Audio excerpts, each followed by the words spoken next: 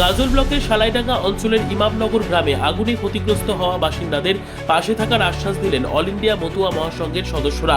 মঙ্গলবার ওই সংঘের পক্ষ থেকে একটি টিম ক্ষতিগ্রস্তদের বাড়ি পরিদর্শনে যান। সেখানে গিয়ে বাড়ির সদস্যদের সঙ্গে কথা বলেন। শুধু তাই নয়, সংগঠনের ফোন থেকে ঠাকুরবাড়ি মমতা বালা ঠাকুর রানীমায়ের সঙ্গে কথা বলিয়ে দেওয়া হয়, পাশে থাকার বার্তা দেওয়া হয়। আগামী দিনে ক্ষতিগ্রস্তদের জন্য প্রশাসনের দৃষ্টি আকর্ষণ করা হবে বলে জানা গিয়েছে। উপস্থিত ছিলেন নবসূত্র বিকাশ পরিষদ কেন্দ্রীয় কমিটির কার্যকরী সভাপতি পার্থ বিশ্বাস, অল ইন্ডিয়া মতুয়া মহাসংঘের কেন্দ্র সহ সভাপতি ভজহরি গোসাই, গাজলের ব্লক সভাপতি প্রদীপ কুমার বিশ্বাস সহ অন্যান্যরা।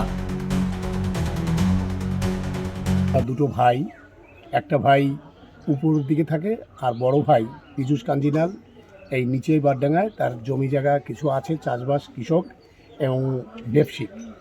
হঠাৎ করে সে একটি অনুষ্ঠানে যায়, হরি ঠাকুরের অনুষ্ঠানে যাওয়ার সময় গিয়ে রাত ৩টের সময় তালা দেওয়া ঘর, ৩টের সময় খবর পায় যে আমার বাড়িতে আগুন ধরে পুড়ে গেছে। তখন এই গ্রামবাসীরা ওই ভোর রাত্রে 3টের সময় উঠে ওর কিছু মজুত ভুট্টা, ধান এগুলো বেশ ছিল, যেহেতু 10-15 বিঘা জমি করে, সেই ধানগুলো পুড়ে ভস্মীভূত হয়ে গেছে এবং ভুট্টাগুলো কিছুটা বার করতে পেরেছে, কিছুটা পুড়ে গেছে।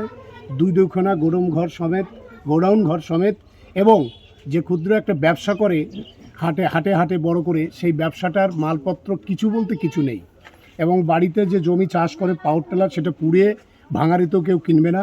মেয়েটা যে স্কুলে যায় সাইকেলে, সেই সাইকেলটাও পুড়ে গেছে এবং বাড়ির খাট থেকে, আলমারি থেকে, শোকেস থেকে সান্ত্বনা দেওয়ার মতন ভাষা নেই। এখন প্রাকৃতিকের ঘটনায় ঘটে গেছে, তাই ঈশ্বরের কাছে প্রার্থনা করি এরকম যেন আর কারণ না হয়।